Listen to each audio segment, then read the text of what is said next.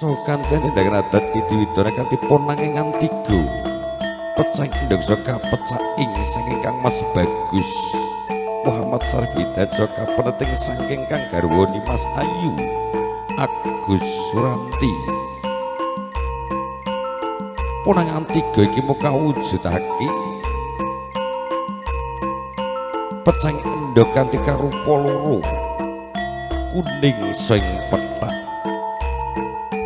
rupa pisah nanging kang dadi siji yaiku nggambarake sang temanten kakung sore sang temanten putri saha katresnaning saking Mas Ayu Agus Suranti dumateng Kang Mas Bagus Muhammad Syarif Hidayat kang garwa hamba suh suku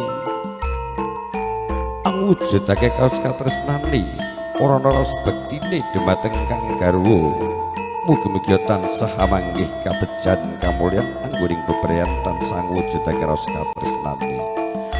Kang Mas Bagus Muhammad Syarif Hidayat anjebrengaken kang garwani Mas Ayu Agus Suranti kang miter-miterining jejagat kacacahipun kanthi kaping 7.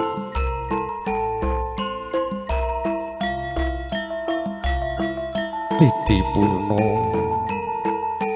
upacaring pepanggih sampun kawiarsa. Swanindaken adat Idiwidana inggih punika kanthi sesinduran.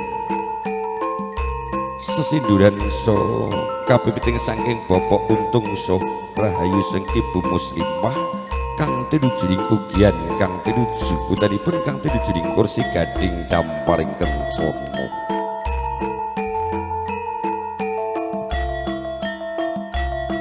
Lon-lonan genya lumaksana kang tumindak lumampah saking risang temanten kekalih kang tinujuning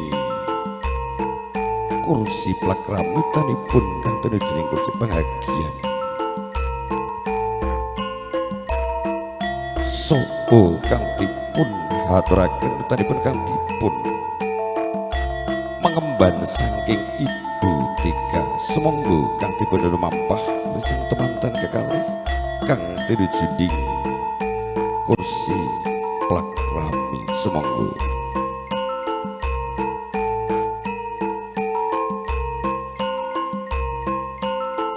Pinarung suarane pradangga munyaharing hangambarum kadyang puspawarna kayana gondang arum kadyuping sari maranda kawistara jenggaring Sriat Mojo risang temanten kekalih pacoring pepanggih kang tinujuning kursi gading damparing kencana. Monggo gendhingipun aturaken kebugiru.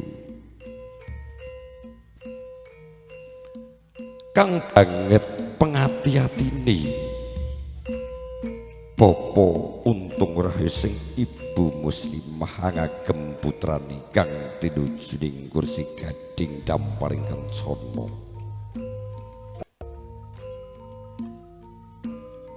Kang wis dadi ning tetembang utawa kang wis dadi ning tetembu aja kesusu mundhak kesloro kang milik barang kang elok kang tinujuning kursi gading damparing kencana. Bapak lan Ibu nindakaken adat Idiwidana